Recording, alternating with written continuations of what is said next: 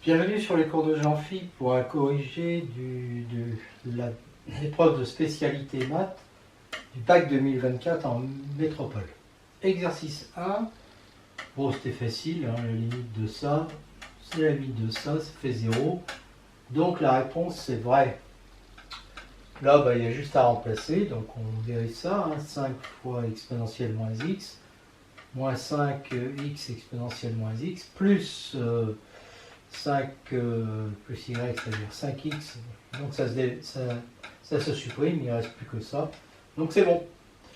Petit 2, c'est faux, hein. On prend une suite constante ici, une suite constante ici, donc par exemple un égale moins 1, wn égale 1, et puis là on fait vn égale moins 1 puissance n, donc c'est égal à moins 1 quand n est pair, et puis c'est égal à, non, c'est égal à 1 quand n est pair, je suis fatigué moi.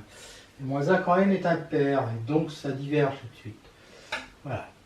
Un croissant, U0 inférieur ou égal à un, donc inférieur ou égal à vn. Wn décroissante, donc wn est inférieur ou égal à w0, mais vn est inférieur ou égal à wn. Quand on mélange les deux, on a u0 inférieur ou égal à un, inférieur ou égal à vn, inférieur ou égal à wn, inférieur ou égal à u0. Donc on a ça, c'est vrai. Voilà, pour l'arbre, c'est simple, j'en parle pas. La probabilité t intéresse, on multiplie ce qu'il y a sur les branches, mais si vous voulez, on peut écrire p de t fois p de s sachant t. Ça fait 0,45. La probabilité de s, c'est la probabilité de t intéresse plus la probabilité de m intéresse plus la probabilité de g intéresse. On fait la même chose à chaque fois, on multiplie, ça fait 0,8.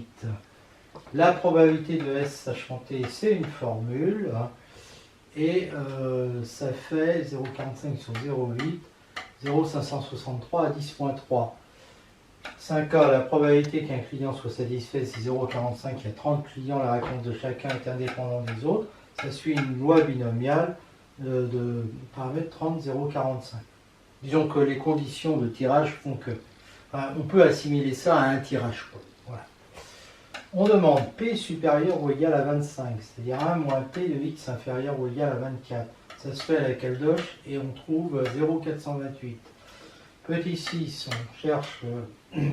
alors l'événement qui nous intéresse, c'est N moins X supérieur ou égal à 1. Donc le contraire, c'est N moins X égale 0. Donc X égale N. La probabilité de X égale N, c'est 0,8 puissance N. Donc ce qu'on veut, c'est avoir 1 moins 0,8 puissance N supérieur ou égal à 0,99, ce qui équivaut à dire que 0,8 puissance N est inférieur ou égal, je vais passer de l'autre côté, à 0,01. Et donc, je prends le logarithme, comme le logarithme est croissant, ça fait N, ln de 0,8 inférieur ou égal à ln de 0,01. Et je divise par ln 0,8, mais il est négatif parce que 0,8 est inférieur à 1, donc ça renverse l'inégalité. La calculatrice me donne 21. Bon, la question 7, on les additionne, les espérants, donc ça fait 7. Là, on peut additionner les variances parce que les variables sont indépendantes. Donc ça fait 3. Question 8, on demande de calculer cette probabilité, qui est donc égale à celle-là, et on fait intervenir l'espérance qui est égale à 7. Cette inégalité, elle est équivalente à celle-là. D'accord? Donc en fait, on cherche cette probabilité, c'est-à-dire celle-là. Alors, on sent bien venir l'inégalité de Binimet-Chebyshev, mais il nous faudra avoir du supérieur ou égal. Donc, ce qu'on va dire ici, c'est que ça, cette probabilité-là, l'événement contraire de ça, c'est d'avoir valeur absolue de t moins de t supérieure ou égale à 3. Donc, la probabilité, c'est ça. L'inégalité de Binimet-Chebyshev nous dit que ça est égal à ça, est inférieur ou égal à ça. Donc ici, en remplaçant n par 3, on trouve ça. Donc, alors il faut l'enlever. Donc ça fait, et en l'enlevant, on va changer le sens de l'inégalité. C'est-à-dire que, puisque cette probabilité-là est inférieure ou égale à 1 tiers, d'accord, eh bien 1 moins cette probabilité-là, ça va être supérieur ou égal 1 moins 1 tiers égale 2 tiers. Voilà. Exercice 3, bon, on a des vecteurs qui sont non collinéaires, c'est évident, on ne passe pas de l'un à l'autre en multipliant par un nombre. Et on a n scalaire CA et n scalaire CD qui sont nuls, donc n est orthogonal à deux vecteurs non collinéaires du plan CAD, donc n est normal au plan CAD. Une équation cartésienne du plan est donc, on prend les coordonnées de n, 1x moins 1y plus 0z égale k, et pour avoir k, on dit que c'est dans le plan par exemple, et ça nous fait que, voilà, on a ça, et donc k égale 0, et donc l'équation, une équation du plan, c'est x moins y égale 0. De A, on a la droite, on cherche l'intersection de la droite et du plan. Donc on y met l'équation de la droite et celle du plan.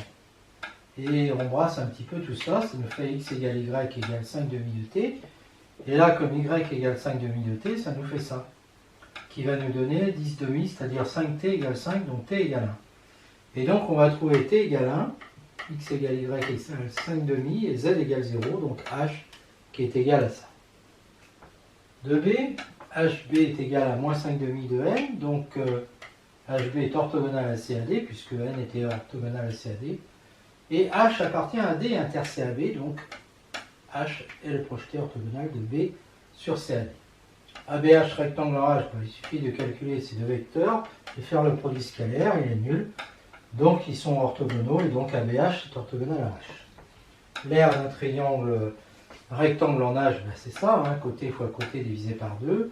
Le côté, c'est racine de 25 plus quart plus 25 quarts, c'est-à-dire racine de 50 quarts. L'autre, c'est pareil. Donc quand on fait un demi de racine de 50 quarts fois racine de 50 quarts, ça fait un demi de 50 quarts, c'est-à-dire 25 quarts. Alors là, j'ai peut-être oublié le numéro de la question, je ne m'en souviens plus. CO, il a ça. Donc vecteur HA est égal à 0. Vecteur, enfin, pas vecteur. Produit scalaire HA, ça fait 0. Produit scalaire HB, ça fait 0.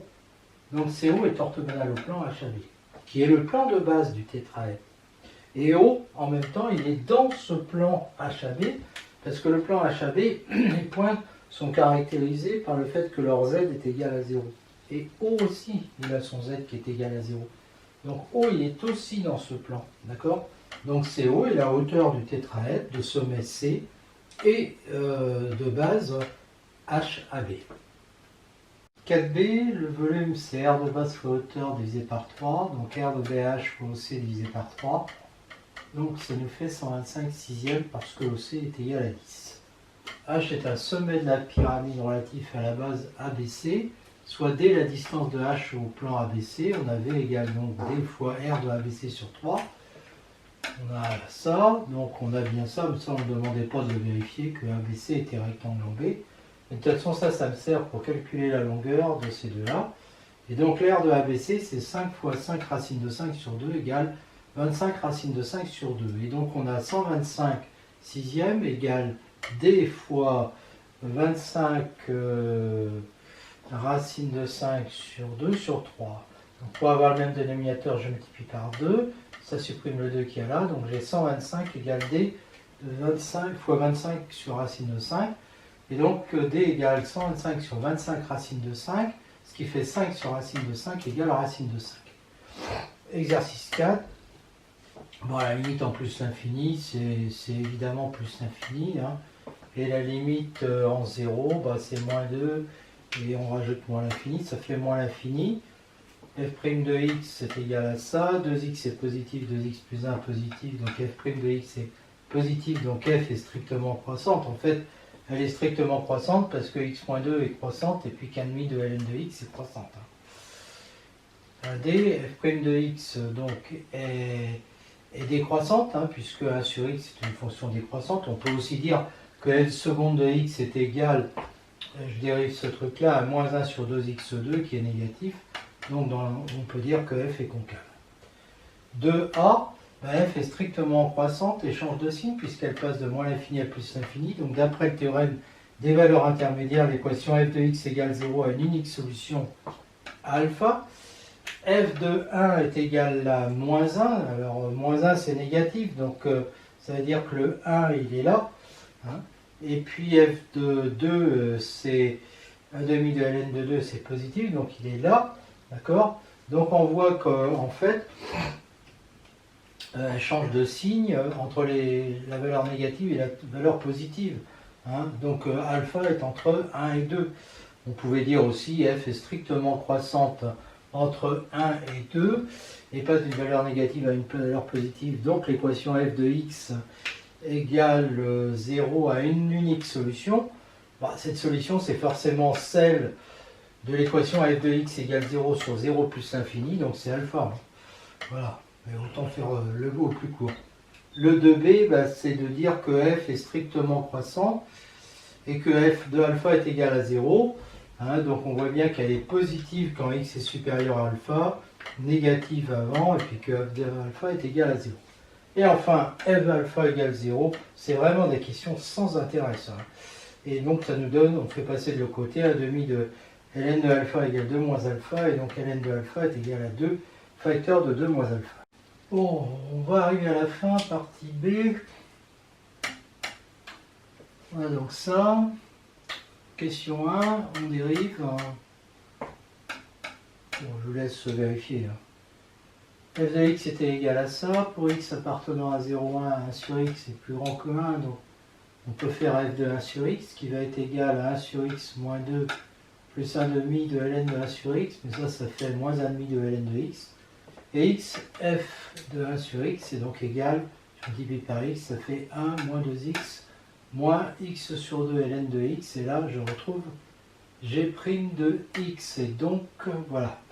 Question 2a, bah, si j'ai ça, donc j'ai ça, et donc j'ai ça, et donc j'ai g' de x positif car x est supérieur à 0.